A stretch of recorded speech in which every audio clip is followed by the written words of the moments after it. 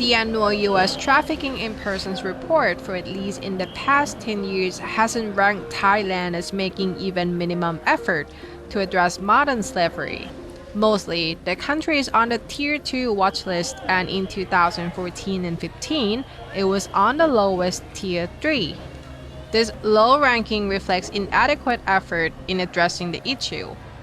According to the report, forced labor is prevalent among migrant workers in Thailand, yet the government identifies a low number of labor trafficking victims compared to the scope of the problem, and only 5 complicit officials have been convicted.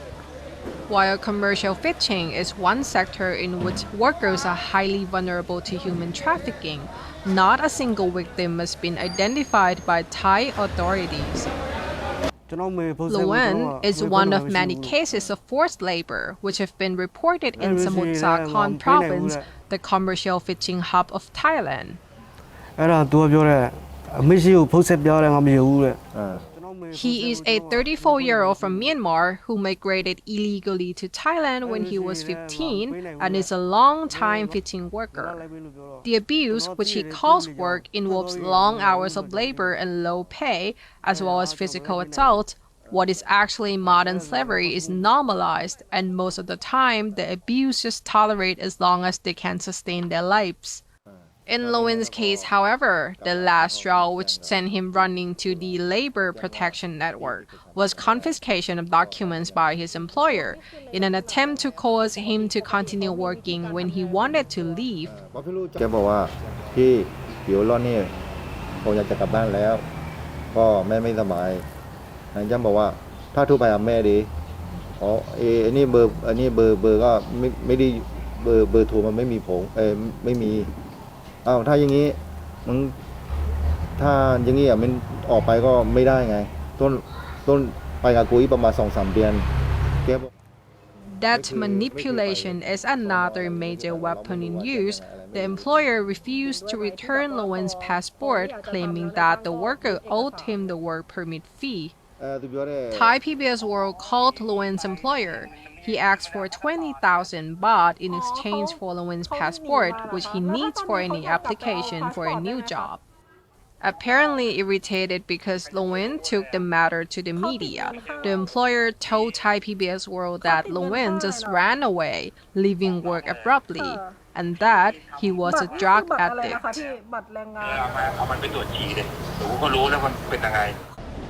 The drug abuse allegation, according to the volunteer translator, who is familiar with the issue, is a common method used by employers against their workers. He said there is no way they can tolerate the working conditions on the vessels without drugs. This mixture of debt manipulation and document confiscation is a recurring theme among victims of forced labor. Unfortunately, victims usually just let it slide because they are too afraid to go to the authorities to seek help. Sompong Sakeo, a seasoned labor rights social worker, told Thai PBS World that the issue was usually resolved by the workers paying the debt just to get it over with. Sompong doesn't agree with taking the matter to the authorities either. If anything, he would rather the government tackle the root cause. ปัญหาอันหนึ่งที่สำคัญก็เรื่องของปัญหาคอร์รัปชันสวยการจัดการบริหารแรงงานข้ามชาติในประเทศไทยเองก็ยังไม่ได้ประสบความสำเร็จกลายว่าเปิดเป็นช่องทำให้กระบวนการในหน้ามากขึ้นเกิ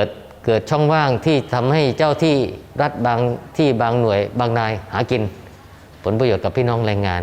ทำยังไงให้ง่ายสะดวก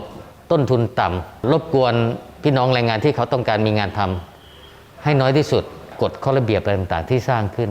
มันก็เปิดช่องให้คนหาผลประโยชน์ Without proper sources of labor, the vulnerability of the workers and forced labor will be perpetuated.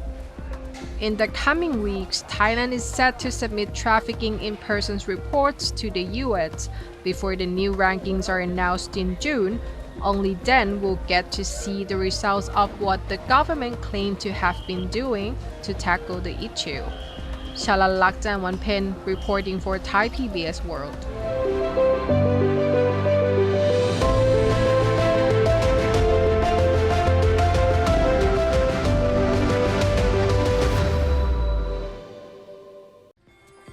ชมดูคลิปจบแล้วอย่าลืมกด subscribe และกดกระดิ่งแจ้งเตือนเพื่อที่จะได้ไม่พลาดทุกข่าวสารและคลิปวิดีโอที่น่าสนใจมากมายครับ